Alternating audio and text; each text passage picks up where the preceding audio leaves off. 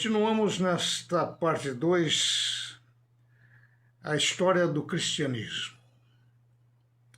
O livro fundamental do cristianismo é a Bíblia, mas os ensinamentos de Jesus, propriamente, estão consolidados no Novo Testamento, que compreende 27 livros, principalmente os 4 evangelhos canônicos de Mateus, Marcos, Lucas e João.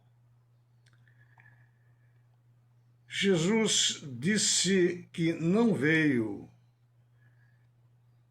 para abolir a lei do Antigo Testamento, mas cumpri-lo e aperfeiçoá-lo.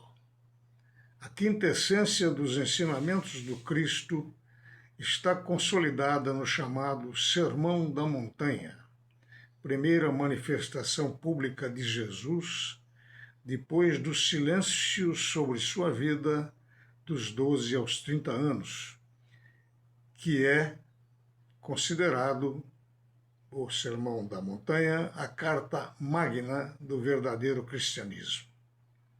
Tendo jejuado e orado no deserto por 40 dias e 40 noites, e segundo o Evangelho, tentado pelo anticristo, que lhe oferecia todos os reinos deste mundo, desde que o adorasse, determinou que aquele ficasse à sua retaguarda, na famosa e conhecida expressão vade retro Satanás, demonstrando que este não tinha poder sobre ele. Neste ponto, cabe fazer um paralelo entre a atitude do Cristo e a natureza bipolar do homem, conhecida da espiritualidade oriental desde cerca de 5.000 anos antes de Cristo, e sintetizada de forma esplêndida na oração do Senhor, a Bhagavad Gita dos hindus. Ali se vê que Krishna, o eu superior, crístico, que habita dormente no homem, aguardando que este crie condições para o seu despertamento, ama o ego. Este, o ego, adotando uma atitude separatista de Deus, é um mau senhor, mas pode ser, uma vez integrado ao eu, um bom servidor. O Cristo interno, que os hindus chamam em sânscrito Atman, ama o ego humano, o Aham, e a missão básica do ser humano em sua epopeia evolucionista é a de integrar o ego mau senhor no eu bom senhor. Jesus não despreza Lúcifer, o porta-luz, mas coloca-o no lugar que lhe cabe na vida do homem que luta para evoluir, ou seja, na retaguarda. Os cristãos dos primeiros séculos, continuando, eram principalmente judeus convertidos e gentios, que inicialmente se identificavam como irmãos, discípulos ou santos, antes de serem chamados de cristãos em Antioquia, na Síria, numa alusão até mesmo pejorativa, vez que aquela cidade era habitada mais por gregos ou greco-romanos. Cristão significava pequeno Cristo, ou pertencente a Cristo. O apelido foi absorvido pelos primeiros cristãos, que o transformaram em emblema de orgulho e dignidade para o seu movimento. Eles formavam comunidades espalhadas pelo Império Romano e tinham como características principais a fé em Jesus como Messias e o universalismo da doutrina cristã. Com o tempo, a mensagem se espalhou para os gentios, que também se converteram e foram declarados livres das prescrições da lei mosaica, a lei que prescrevia o olho por olho, dente por dente. Os gentios eram todos os povos que não pertenciam à nação de Israel, ou seja, os não-judeus. o apóstolo Paulo foi fundamental na missão de levar o evangelho aos gentios. O cristianismo difundiu-se entre todas as classes sociais, incluindo os escravizados e os libertos. A escravidão era uma instituição legal e generalizada em Roma. Os gentios, além de cultuarem vários deuses, acreditavam em astrologia, superstições, magia, interpretação de sonhos e oráculos, herança da religiosidade egípcia. Em muitas partes do império, o culto ao imperador romano como uma divindade era prática religiosa importante. Por outro lado, os judeus convertidos vinham de uma religião cuja base era a lei e as tradições, com dogmas rígidos e muitas vezes intolerantes. A igreja primitiva adotou o batismo como rito de libertação do pecado para os gentios convertidos. No início, o cristianismo não era um movimento monolítico, mas sim um conjunto variado de correntes e seitas com diferentes interpretações teológicas e práticas próprias. Vê-se que os primeiros cristãos, judeus convertidos, escravos ou ex-escravos, tinham pouca cultura, a diversidade era marcante, com a doutrina sendo moldada por debates e controvérsias, cujas principais correntes eram o cristianismo judaico legalista das sinagogas, o cristianismo paulino, promovido por Paulo de Tarso, que focava a salvação pela graça através da fé em Jesus e não pela lei, e o cristianismo gnóstico, que acreditava que a salvação vinha de um conhecimento secreto, gnosis, rejeitando a ideia de que Jesus tenha tido um corpo físico, vendo-o como uma manifestação puramente espiritual. Os gnósticos acreditavam em reencarnação.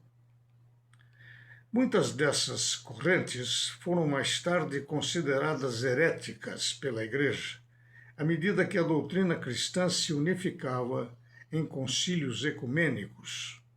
São exemplos dessas correntes o ebionismo, o gnosticismo, o adocionismo, o arianismo e muitas outras. Contudo, esses cristãos primitivos eram vistos com desconfiança pelo Estado, porque se recusavam a cultuar os deuses romanos, não participavam de ritos cívicos e eram acusados de ateísmo por rejeitarem o panteão oficial. Fazendo-se uma projeção estatística bem plausível sobre o número desses grupos espalhados em todo o Império, existem alguns documentos que podem ajudar a fazer esse cálculo. Por exemplo, o escudo quarto Eutrópio estimava que a população total do Império Romano girava em torno de 40 a 50 milhões entre os séculos I a IV.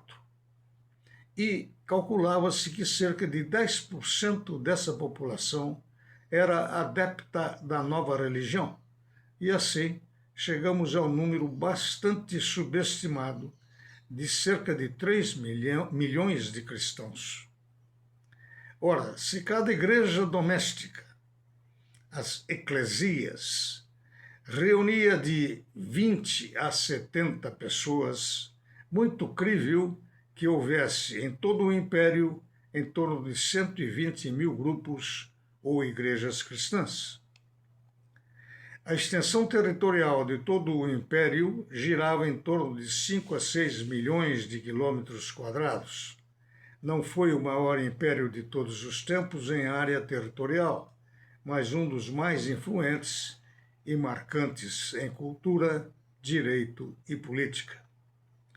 Essas primeiras e numerosas igrejas domésticas cristãs não se espalharam igualmente por todo o Império Romano. Elas se concentraram mais em certas regiões, especialmente urbanas e de língua grega, pela facilidade de comunicação. Em resumo, espalharam-se de forma mais intensa no Oriente, Síria, Ásia Menor, Palestina, Egito, em Roma e na Grécia.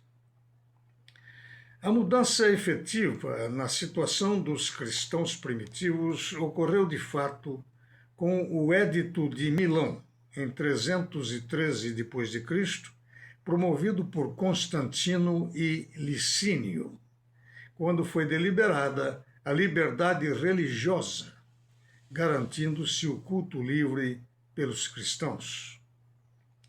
Pouco mais tarde, o Concílio de Nicéia, também convocado por Constantino em 325 d.C., na atual cidade de Iznik, recentemente visitada pelo Papa Leão XIV, combateu o arianismo pelo Credo Niceno.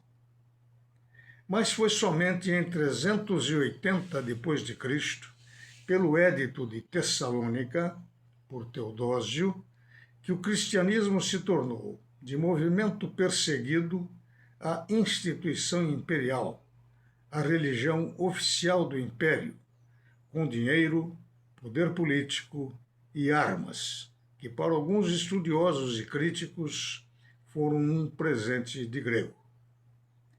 É que a essência do Evangelho do Divino Mestre está consagrada, como destacamos no Sermão da Montanha, a constituição básica da mensagem do Nazareno. E o que vemos ali? O que Jesus recomenda e bendiz ali? Nas bem-aventuranças, ele enaltece os pobres pelo Espírito, jamais pobres de espírito, que é uma tradução equivocada. Os que se libertam da escravidão material pela força espiritual. Bem-aventurados também são os puros de coração, aqueles que se libertaram não só dos objetos externos materiais, mas também do seu ditador interno, o nosso velho e conhecido ego. Os mansos, os que desistem de qualquer violência, tanto física como mental, como o fez Mahatma Gandhi. Os misericordiosos, os que se apiedam dos míseros, dos fracos de corpo, mente e alma, procurando aliviar-lhes os sofrimentos. Os que têm fome e sede da justiça, sendo que justiça aqui não deve ser confundida com a justiça dos homens, mas é a harmonia que o ser humano deve ter com Deus. A dos homens é uma questão ética, o anseio de uma sociedade mais igualitária. Esta é mística, a compreensão intuitiva de Deus. Os pacificadores são os fazedores de paz, homens que possuem em si força criadora de estabelecer um estado de atitude de permanente paz no meio de qualquer campo de batalha, tendo, entretanto, que para isso, em primeiro lugar, estabelecer a paz dentro de si mesmo. E assim outras condições para serem considerados verdadeiros filhos de Deus e entrarem no seu reino. Óbvio que, ao ser institucionalizado ou institucionalizada a religião oficial do Império Romano, o cristianismo entrou numa rota de colisão com seus fundamentos, vez que, como é sabido, dinheiro, poder político e armas são condições do Estado secular, não têm caráter espiritual. E aí é de se perguntar, como uma igreja nascente, com moral e prática religiosa, com códigos morais definidos, poderia manter-se fiel aos seus princípios, se assentada em poderes humanos materiais profundamente profanos e conflitantes com sua base de fé e ética? Ora, dinheiro, poder político e armas sempre foram recursos das nações beligerantes, até os dias de hoje, talvez principalmente nos dias de hoje, na maioria dos quais o que conta é o egoísmo e a cobiça expansionista para a obtenção de mais riquezas, situação que levou o mundo aos conflitos bélicos cruéis e destruidores que temos notícia e que estamos, na verdade, cansados de assistir. A Inquisição, as cruzadas, a perseguição aos judeus, a morte em fogueiras decretadas para pensadores que ousassem divergir dos dogmas católico-cristãos, como Giordano Bruno, por exemplo, por ousar sugerir a transmigração das almas e que a Terra e tampouco o Sol eram o centro do universo, sugerindo um vácuo onde existiriam uma infinidade de mundos, a opulência do clero, o nepotismo, a venda de indulgências são alguns exemplos da degradação em que recaiu a Igreja. Quanto a Giordano Bruno, foi morto na fogueira no final do século XVI.